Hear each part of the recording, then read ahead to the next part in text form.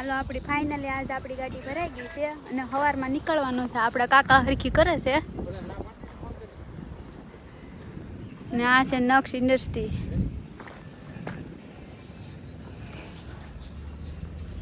કેમ છો બધા? તો અમે ફાઇનલી નીકળી ગયા છીએ સુરત જવા માટે.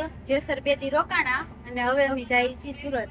તો ઘોઘા જઈને રોરોમ ગાડી ચડાવવાની છે. તો અમે નીકળી ગયા હતા 10 વાગ્યાના.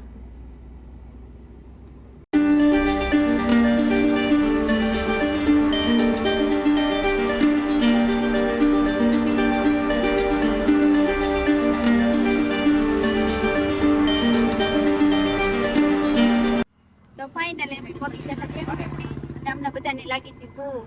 મારો ભાઈ ગયો છે નાસ્તો લેવા. નાસ્તો લઈને આવતો હતો. આપણો ભાઈ નાસ્તો લઈને પોગી ગયો છે તો અમે કરી લઈ નાસ્તો. જો આપણો ભાઈ છે લાવ્યો છે વેફર ને એવું બધું. તો ખાઈ લઈ થોડું થોડું પછી નીકળી. આપણે પોગી ગયા છીએ તળાજા નેશનલ હાઈવે પર અને આપણા કાકા ગાડી આકે છે અને આગળ કિરણબેન ને આંકવા દેશે. હા પછી આપણે ગાડી આંકશું. હા ફાઇનલી અમે અહીંયા જમવા ઉભા રહ્યા હતા હોટલમાં અને જમીન હવે નીકળી છીએ. તો જાય છે અમે ગાડી અને મારા કાકા ને મારા ભાઈ બે આગળ આવેલા જાય છે.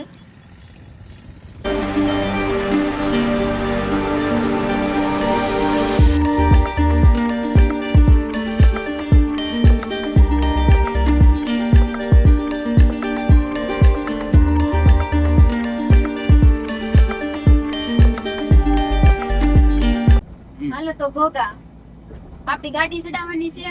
ગાડીની ટિકિટ થઈ ગઈ છે પણ આપણી ટિકિટ થઈ નથી. એવું લાગશે તો આપણે બસમાં જવું પડશે. કાંઈ વાંધો નહીં, બસમાં વયા જાવ, ગાડી ચડાવી દેવું. થઈ જાય ટિકિટ હોય નહીં થઈ જાય એવું લાગશે દયાળુ હશે તો કરી દે.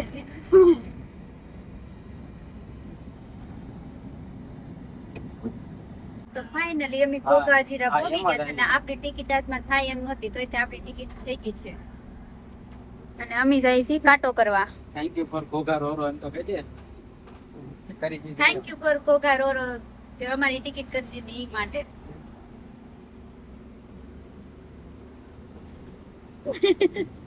તો અમારી ગાડી જાય છે હવે કાંટો કરવા.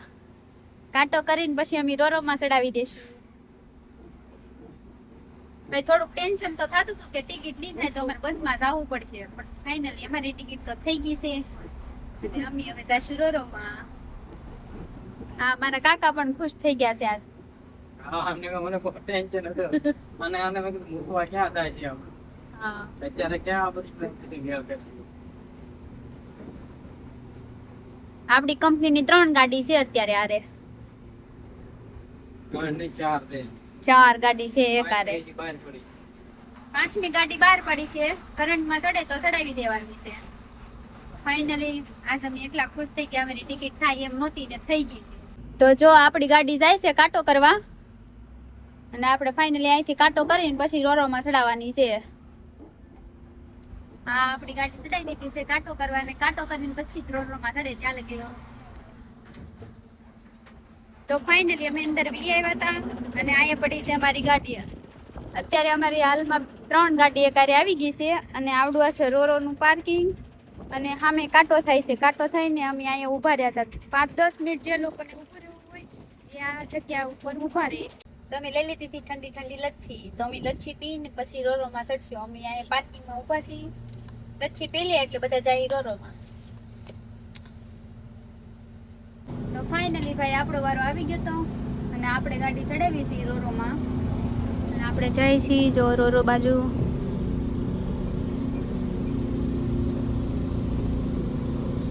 જો આ રોરો. જે લોકો ક્યારે ન આવે એ આવજો ક્યારેક ભાઈ રોરોમાં.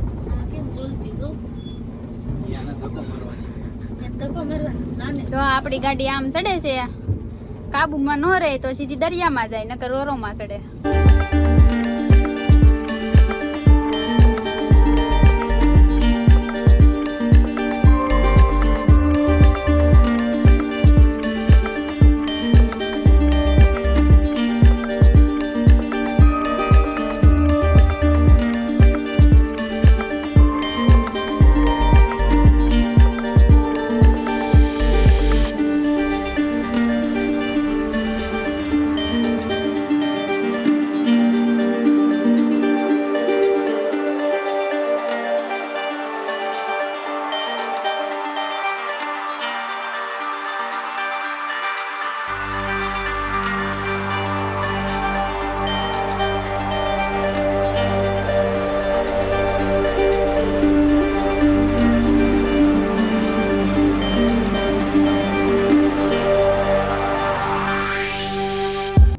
જો ભાઈ આ છે ટ્રક નું પાર્કિંગ. ફોર વ્હીલ નો જો પડ્યું. અહીંથી ફોર વ્હીલ ચડે છે, અહીંથી ફોર વ્હીલ નું પાર્કિંગ. આપણી ગાડી આગળ છે. હજી એક ગાડી આપણી આગળ છે, એની પાછળ આપણી ગાડી લાગેલી છે. તો ભાઈ આપણે પણ ગાડી પાર્કિંગ કરી ઉપર જવાનું છે. આપણી ગાડી પાર્કિંગ કરવા જાય છે અંદર. એક અહીંયા ગોઠવાઈ ગઈ. એક ગાડી જો આપણી અહીંયા આવી ગઈ છે અને એક ગાડી સડે. લાઈટ બંધ કરી દેજો તો મને આગળ દેખાય, એટલા માટે અમે લાઈટ બંધ કરી દેવી છે. અને હવે આપણે ગાડી વાળી પાછી સીધી લગાવી દેવાની છે, એટલે આપણી ગાડી થઈ જશે પાર્કિંગ. કેમ કાકા, હું કેવું તમારું? હાલો તો ભાઈ આપણે લાઈટ બંધ કરી દઈએ, કાકાને તકલીફ ન પડે. દિવસમાં દેખાય નહીં. હા, મારા કાકાને રિવર્સમાં પાછું દેખાય નહીં, લાઈટ ચાલુ હોય ને એટલે. તો અમે પોગી ગયા હતા ઘરે. આપણી ગાડી લોડ હતી એટલા માટે આપણે કાકા ગયા છે ખાલી કરવા. અને અત્યારે વાગ્યા છે રાતના 11. તો મારા મમ્મી જમવાનું બનાવે છે. જમવામાં અમારી માટે ભજીયા અત્યારે બનાવે છે. તો તમને લોકોને અમારો બ્લોગ ગમ્યો હોય તો લાઈક કરજો, સબસ્ક્રાઈબ કરજો અને મળશું નવા બ્લોગમાં. બાય.